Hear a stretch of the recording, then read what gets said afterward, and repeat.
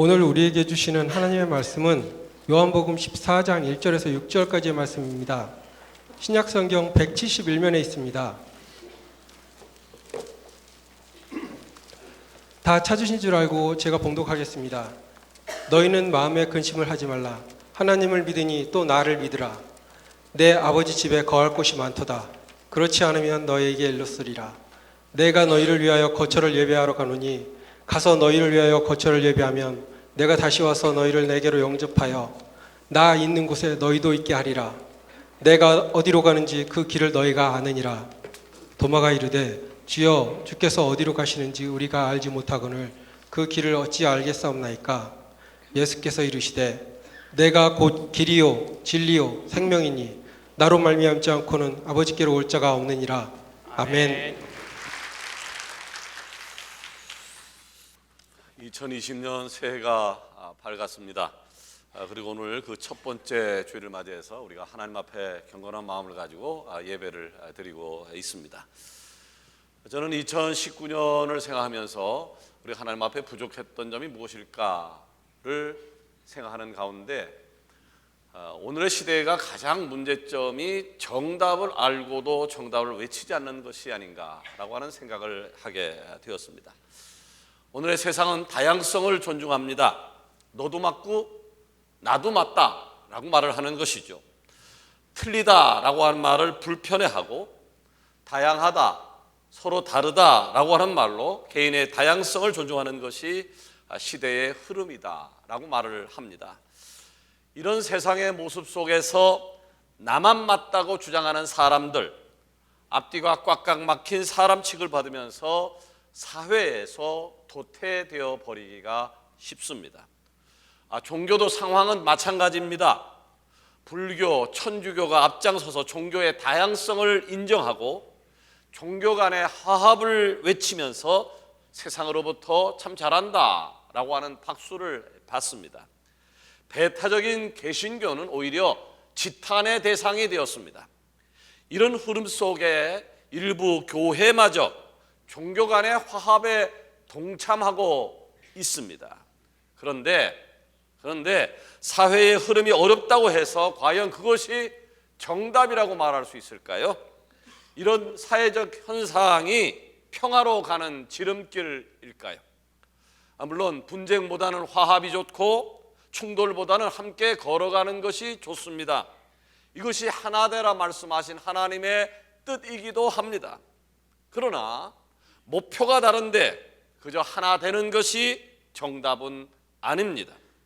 여러분, 우리가 마음에 품고 있는 복음이라고 하는 것이 무엇입니까? 오늘 본문 말씀에 예수님께서는 세 가지의 자기 선언을 하고 계십니다. 6절에 보니까 예수께서 이르시되 내가 곧 길이요 진리요 생명이다 라고 말씀하고 있는 것입니다.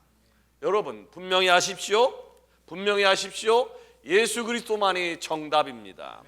예수 그리스도만이 유일한 복음입니다.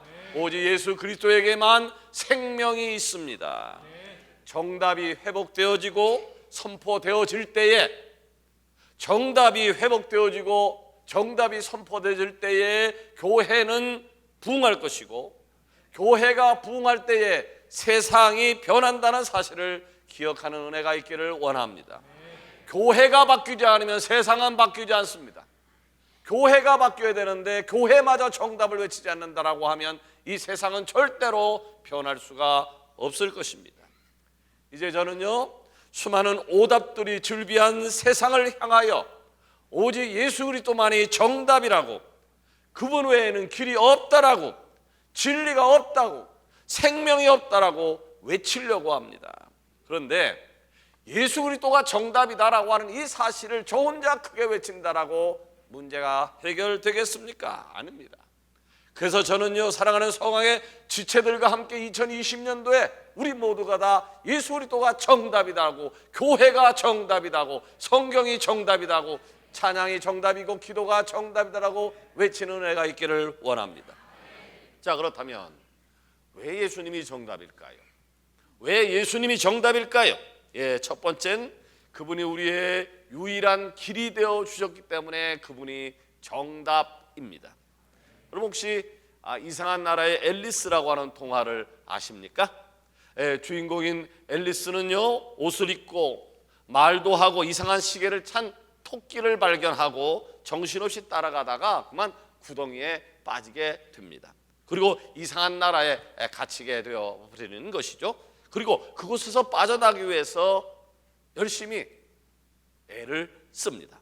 자, 앨리스는요, 이 험난한 여정 중에 갈림길에 서게 됩니다. 어디로 가야 할지를 몰라서 발만 동동 구르고 있었는데 마침 그때에 아주 말재주가 뛰어난 채석켓이라고 하는 고양이를 만납니다. 그녀는 이 채석켓이라는 고양이에게 이렇게 질문을 던지죠. 내가 지금 길을 잃었어. 어떤 길로 가야 돼? 내가 지금 길을 잃었는데 어디로 가야 돼? 묻습니다. 채석켓은 그 질문에 고개를 갸우뚱하면서 다시 질문합니다. 어디로 가고 있는데? 어디로 가고 있는데? 자, 앨리스는 어디로 가느냐라고 하는 질문에 말문이 막혀버렸습니다. 험난한 여정을 지나는 중에 지금 내가 어디로 가고 있는지를 잊었기 때문이죠. 그녀는 머뭇거리면서 이렇게 말합니다. 잘 모르겠어. 그때 채식께서는 이렇게 말하죠. 내가 어디로 가는지 모른다면 나는 길을 가르쳐 줄 수가 없어. 저는 지금 여러분에게 동화의 한 장면을 소개해 드렸습니다. 그런데 이 동화의 한 장면에서 우리의 모습이 보이지 않습니까? 유혹에 빠져서 세상이라고 하는 구렁텅이에 빠져서 열심히 길을 걸어가고 있지만 내가 어디로 진작 가야 하는지를 알지 못하고 방황하는 우리의 모습과 흡사하다라고 하는 말입니다. 자, 이런 혼란 속에서 세상은 몰아치듯이 우리를 갈림길로 인도하고는 선택할 것을 요청하고 있습니다. 이에 우리는 그 요청에 시간에 쫓기고 인간관계에 쫓겨서 아무거나 선택을 합니다. 하지만 그 선택은 잘못된 선택일 경우가 허다합니다. 그 이유는 우리가 이미 길을 잃어버렸기 때문이죠.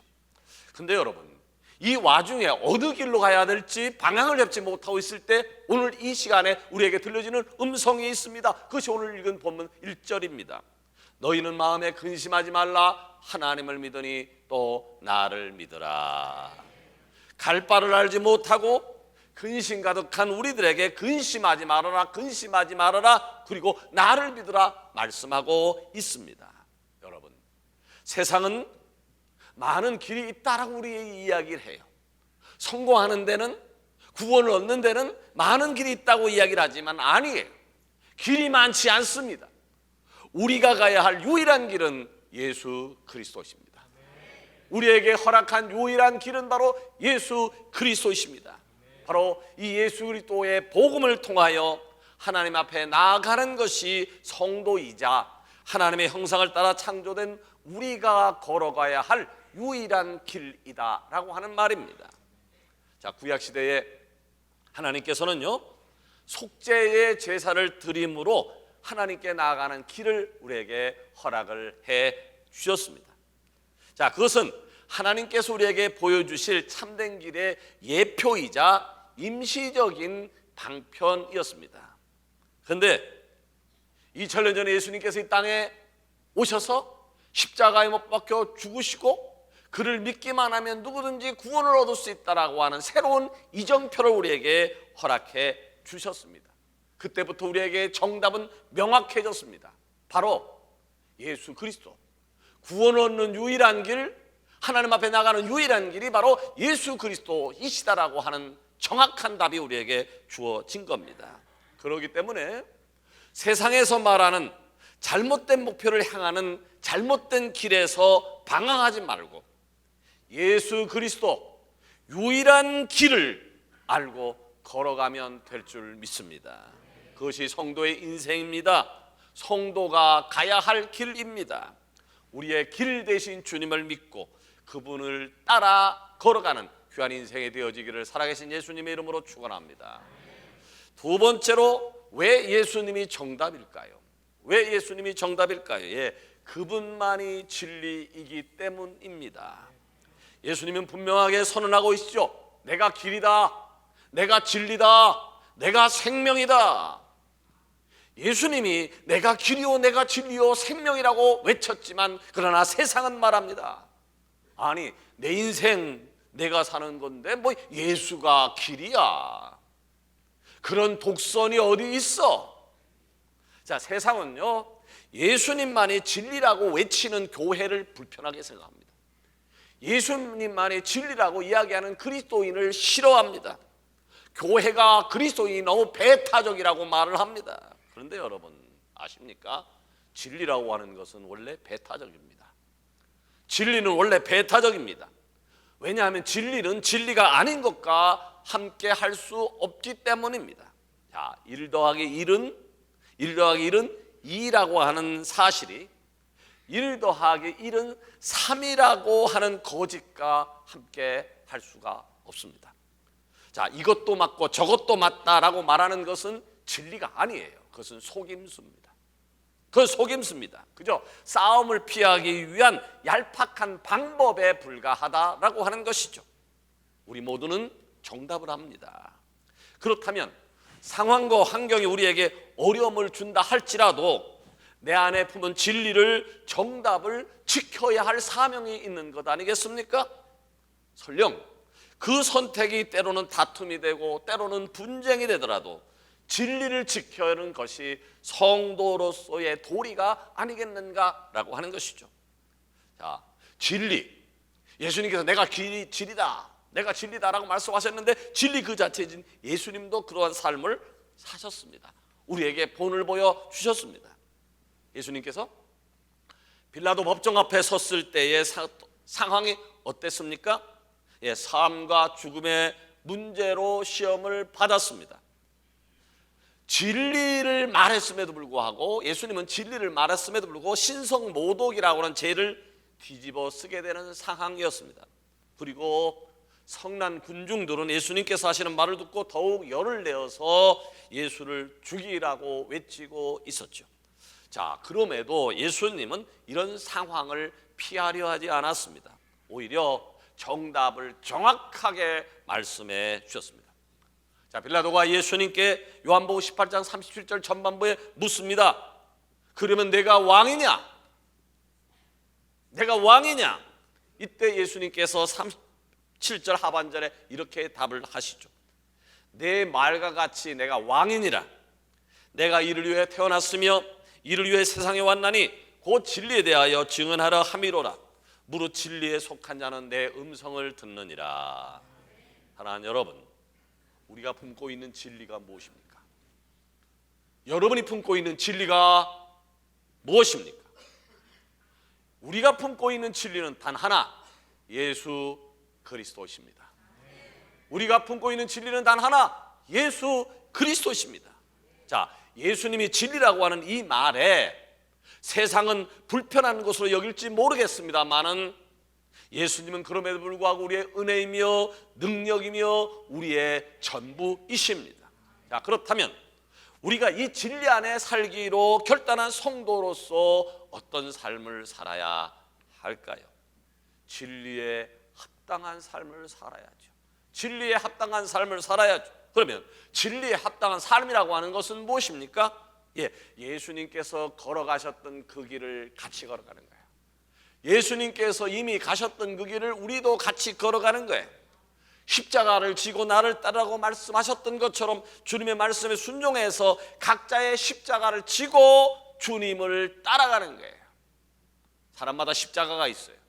남자는 남자로서의 십자가, 여자는 여자로서의 십자가, 학생은 학생으로서의 십자가, 대한민국 사람이라면 대한민국 사람으로서의 십자가, 가난하다면 가난의 십자가, 몸이 아프다면 몸이 아픔의 십자가, 그 나름의 십자가가 있지만 예수님께서 뭐라고 말씀하셨나요? 나를 따라오려거든 나를 따라오거든 자기의 십자가를 지고 나를 따르라 라고 말씀해요. 새벽 때부터 그 무거운 십자가를 지라니 참 버겁게 느껴지십니까? 좀 편안하게 살고 싶은데 왜 십자가를 지라고 요청하느냐고요? 그러나 기억하십시오. 주님께서는요, 무거운 죄의 멍에로부터 우리를 진리로 자유케 하셨습니다. 그 진리를 위해서 우리도 싸워야 한다면, 그리고 멍에를 져야 한다면 기쁜 마음으로 지고할 수 있는 믿음이 우리에게 있어야 될 줄로 믿습니다. 그리고 이참에 우리가 분명히 알아야 될 것이 있어요. 주님께서 우리에게 주신 멍에는 짐이 아니다는 거예요. 주께서 우리에게 지라고 하신 멍에는 짐이 아니다라고 하는 것. 여러분, 주님의 주신 멍에를 기쁨으로 지는 축복이 있어지기를 원합니다.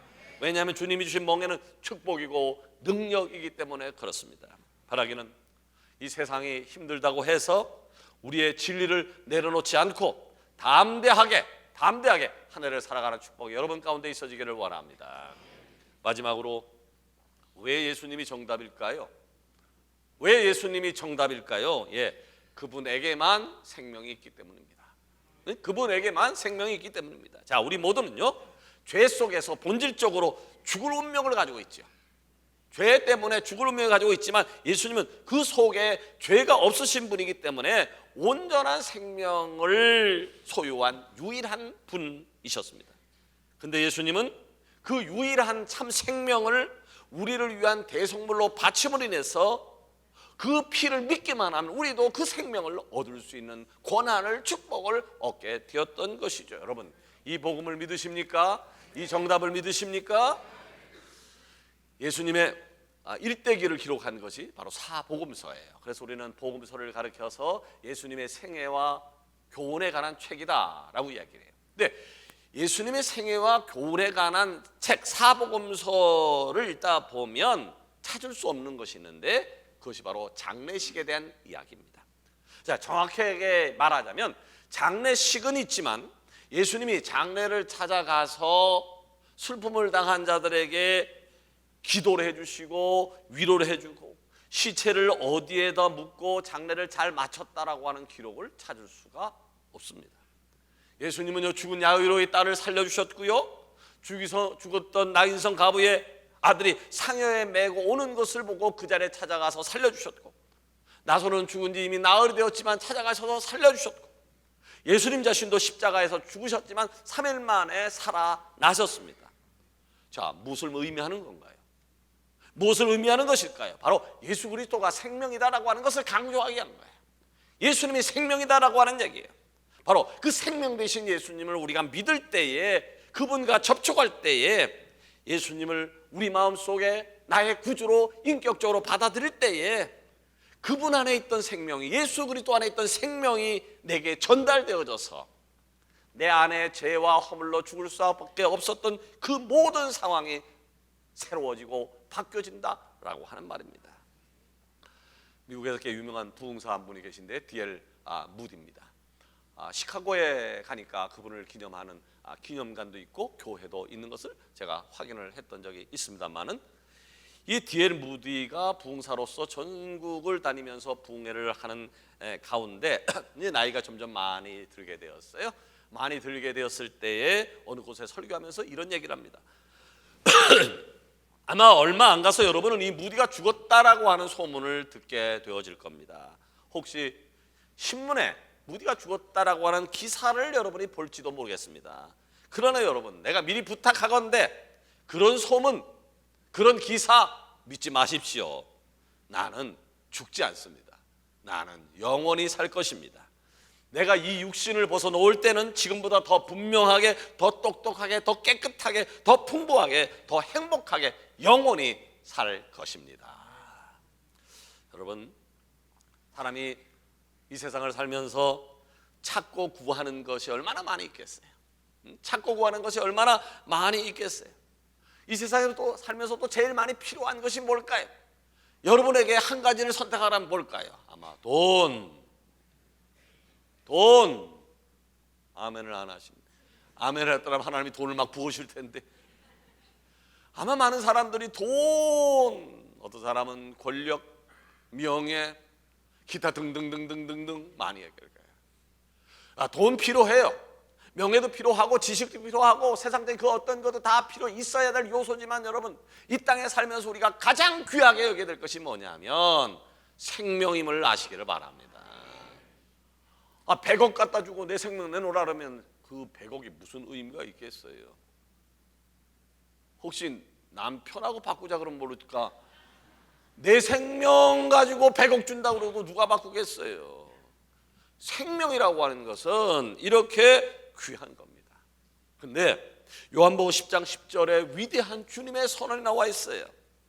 내가 이 땅에 온 것은 양으로 생명을 얻게 하고. 할렐루야. 자, 예수님의 선언이에요.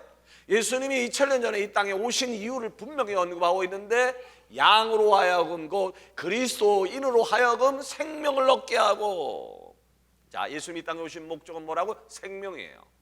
생명이에요. 근데 그 육적 생명을 30년, 50년, 100년 연장시키려 함이 아니라 영원한 생명을 우리에게 주시기 위해서 오셨음을 믿으시기를 바랍니다. 그럼에도 불구하고 예수님을 믿지 않으시겠습니까? 그럼에도 불구하고 예수님을 믿지 않으시겠습니까? 병원에 가보세요. 응급실을 가보세요. 단 하루만 살려달라고, 아니 1년만 살려달라고 발버둥 치는 사람들이 얼마나 많이 있는데요. 그런데 예수님께서 말씀하셨다고요. 내가 길이요 내가 진리요 내가 생명이다. 나로 말미암자건 아버지께로 올 줄 곧 예수 그리스도의 피공로를 믿기만 하면 누구든지 10년, 20년, 30년이 아니라 영원히 산다라고 말씀하셨는데, 예수 그리스도를 여러분의 구주로 받는 은혜가 있기를 원합니다. 왜냐하면 그것이 정답이기 때문에 그렇습니다. 결론입니다. 인생을 나그네 길이다 라고 말을 합니다. 왜 나그네 길이라고 그럴까요? 예, 잠깐 있다가 영원히 사는 곳에 잠깐 있다가 잠깐 머물다가 가는 길이기 때문에 그렇습니다. 여러분, 한 번밖에 주어지지 않은 이 길, 한 번밖에 주어지지 않은 이 길에 있어서 올바른 선택을 하셨습니까? 올바른 선택을 하셨고 올바른 길로 가고 있습니까? 예수님이 나의 구주라고 영접했다라고 하면 올바른 결정을 한 것이죠. 그런데 올바른 결정을 한 것으로 끝나는 것이 아니라 올바른 길로 걸어가고 있느냐, 뚜벅뚜벅 걸어가고 있는가라고 하는 얘기입니다. 예수님이 정답입니다. 예수님이 정답입니다. 예수님이 정답입니다. 예수님이 정답입니다. 얘야, 핸드폰 하지 마라. 예수님이 정답입니다. 제가 핸드폰 하길래 내가 물어보는 거예요. 대답은 안 하고. 이 답답한, 여러분, 예수님이 정답입니다. 예수님이 정답입니다. 정답 대신 예수님을 외치고 여러분 스스로가 정답이 되어서 하나님 앞에 영광 나타나야 되는 2020년도가 다 되시기를 살아계신 예수님의 이름으로 축원합니다. 기도하십시다.